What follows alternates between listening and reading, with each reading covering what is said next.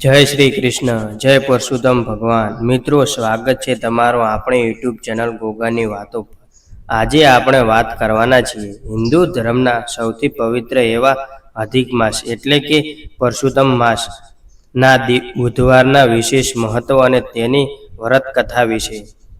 જેમ કે આપણે સૌ જાણીએ છીએ કે અધિક માસ એ ભગવાન વિષ્ણુને અત્યંત પ્રિય છે, તેથી જ તેને પરશુતમ માસ કહેવામાં આવે છે। આ મહિનામાં કરેલા જપ, તપ, દાન અને વ્રતનું ફળ અનેક ગણું મળે છે। પરંતુ શું તમે જાણો છો કે અધિક માસમાં આવતા બુધવારનું એક આગવું જ મહત્વ છે? બુધવાર એ વિઘ્નહર્તા શ્રી ગણેશ અને બુધ દેવનો વાર છે।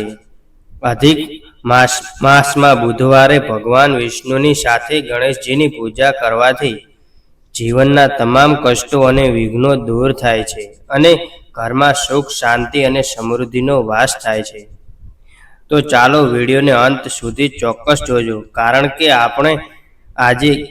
આજે આપણે બુધવારની પૂજા વિધિ અને અત્યંત ફળદાયી એવી કથાનું શ્રવણ કરીશું।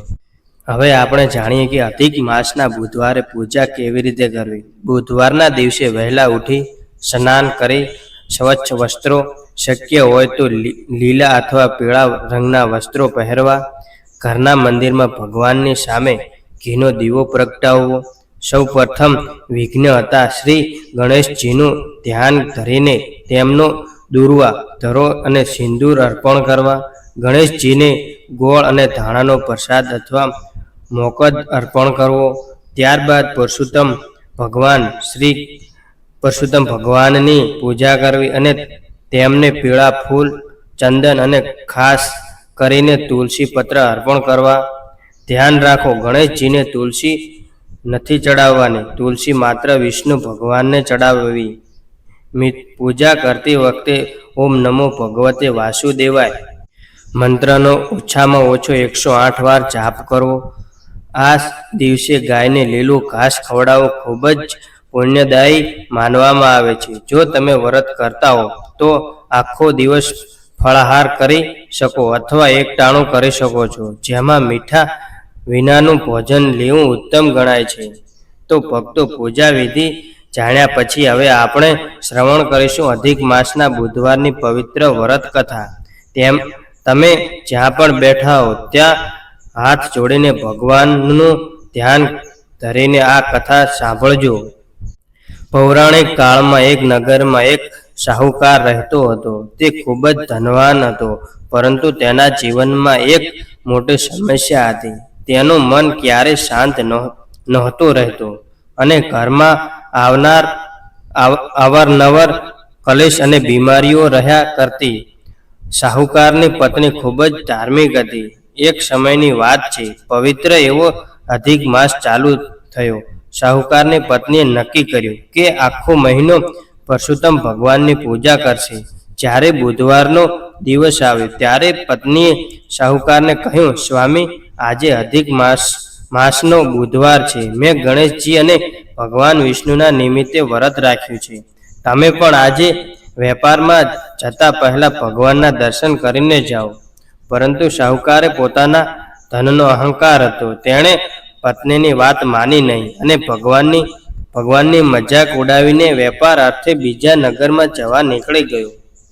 રસ્તામાં જતા જતા તેને ખૂબ જ તરસ લાગી।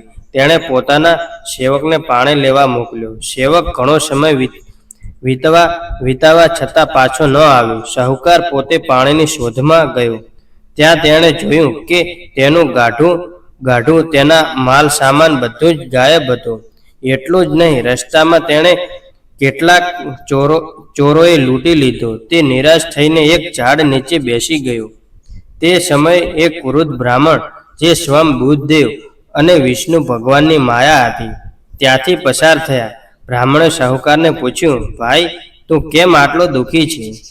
શાહુકારે પોતાની બધી વિતક કથા સંભળાવી। બ્રાહ્મણે હસીને કહ્યું, હે શાહુકાર, આજે અધિક માસનો પવિત્ર બુધવાર છે। તારી પત્નીએ તને ભગવાનના આશીર્વાદ લઈને નીકળવાનું કહ્યું હતું, છતાં તે પ્રભુનો અનાદર કર્યો। ભગવાન પરશુતમ અને વિઘ્ન હતા ગણેશજીના અપમાનનું જ આ ફળ છે. શાહુકારને પોતાની ભૂલ સમજાઈ. તેની આંખમાંથી આંસુ વહેવા લાગ્યા. તેણે તરત જ એ ઝાડ નીચે બેસીને ભગવાન પુરુષોત્તમ અને ગણેશજીની ક્ષમા માગી. તેણે સંકલ્પ લીધો કે હે પ્રભુ, જો મને મારો ધન પાછો મળી જશે અને હું હેમખેમ ઘરે પહોંચીશ તો હું દર અધિક માસના બુધવારે તમારું વ્રત કરીશ અને બ્રાહ્મણોને દાન આપીશ. શાહુકારની સાચા હૃદયની પ્રાર્થનાથી ભગવાન પ્રસન્ન થયા. થોડી જ વારમાં તેનો સેવક પાણી લઈને આવી ગયો અને તેનો બધો માલ સામાન પણ એક બંધ મળી ગયો. શાહુકાર ખુશી ખુશી ઘરે પાછો ફર્યો. તેણે પોતાની પત્નીને બધી વાત કરી. ત્યારબાદ શાહુકાર અને તેની પત્નીએ નિયમપૂર્વક અધિક માસના દરેક બુધવારે ભગવાન વિષ્ણુ અને ગણેશજીનું પૂજન કર્યું. આ વ્રતના પ્રભાવથી તેમના ઘરમાંથી તમામ રોગ અને શોક દૂર થયા. તેમની સંપત્તિમાં વધારો થયો અને અંતે તેમને વૈકુંઠની પ્રાપ્તિ થઈ. હે પરશુત્તમ ભગવાન, હે બુદ્ધદેવ જેવા શાહુકાર પર પ્રસન્ન થયા તેવા આ કથા કહેનાર, સાંભળનાર અને હુંકારો ભરનાર સૌ પર પ્રસન્ન થજો.